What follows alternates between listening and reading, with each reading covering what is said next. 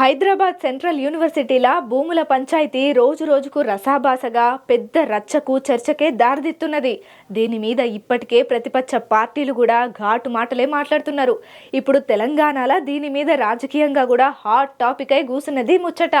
అటుపక్క హెచ్సియు విద్యార్థి నేతలు లీడర్లను సుతం పోలీసులు అరెస్ట్ చేసిల్లు. అట్లనే లాఠీ ఛార్జీలు కూడా గట్టిగానే అయినాయి. అసలు గీ లొల్లంతా రాత్రికి రాత్రి ఫ్లడ్ లైట్ల ఎలుగులా అధికారులు హెచ్సియు భూములను చదును చేసుడే కాంట్రవర్సీకి కారణమైనాయి. ఇక హైదరాబాద్ సెంట్రల్ యూనివర్సిటీల భూముల వివాదం రచ్చగా మారిందుల్లా. దీని మీద ఇప్పటికే అపోజిషన్ పార్టీలు కూడా ఘాటు మాటలే మాట్లాడుతున్నారు. హెచ్సియు విద్యార్థి నేతలు నాయకుల్ని పోలీసులు అరెస్టు చేసిర్రు. ఒక దశలో హెచ్సియు దగ్గర లాఠీ చార్జ్ కూడా చోటు చేసుకున్నదయ్యా. రాత్రికి రాత్రే ఫ్లడ్ లైట్ల ఏలుతుర్ల అధికారులు హెచ్సియు భూములను సదును చేసుడు వల్లనే కాంట్రవర్సీగా మారిందని, ఇంత పంచాయతీకి కారణం గదే అయ్యిందని దీని మీద తెలంగాణలో రాజకీయంగా కూడా హాట్ టాపిక్ అయ్యింది. ఇక కేంద్ర మంత్రి బండి సంజయ్ సార్ కూడా ఈ ఘటనను ఖండన చేసిండు. దీనిపై ఎందుకే మేధావులు మాట్లాడడం లేదని చెప్పి విద్యా కమిషన్ల వివిధ హోదాల్లో ఉన్నోళ్ళు కూడా దీని మీద ఎందుకు స్పందించలేరు అనుకుంటా. ఒకవేళ స్పందించకపోతే మాత్రం హెచ్సియు 400 ఎకరాల భూముల్ని ప్రైవేటు పరం చేసేందుకు అంగీకరించినట్లే అన్నారు. ఇక ఈ క్రమంలో రీసెంట్ గా తెలంగాణ మంత్రి పొన్నం ప్రభాకర్ కీలక ప్రకటన చేసుకుంటూ వచ్చిండు.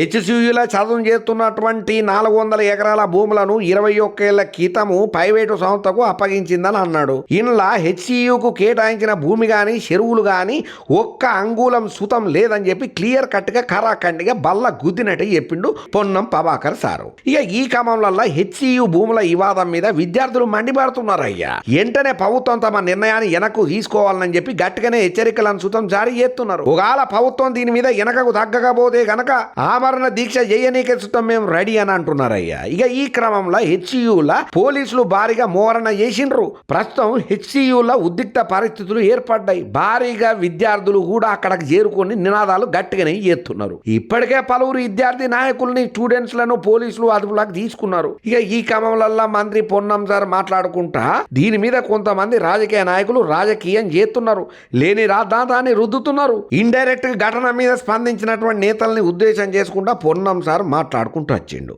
కావాల్సత్తే మళ్ళొక పారి హెచ్సియు భూముల మీద పునఃపరిశీలన కూడా చేసుకుంటామని మంత్రి పొన్నం ప్రభాకర్ సార్ కీలక ప్రకటన చేసిండు.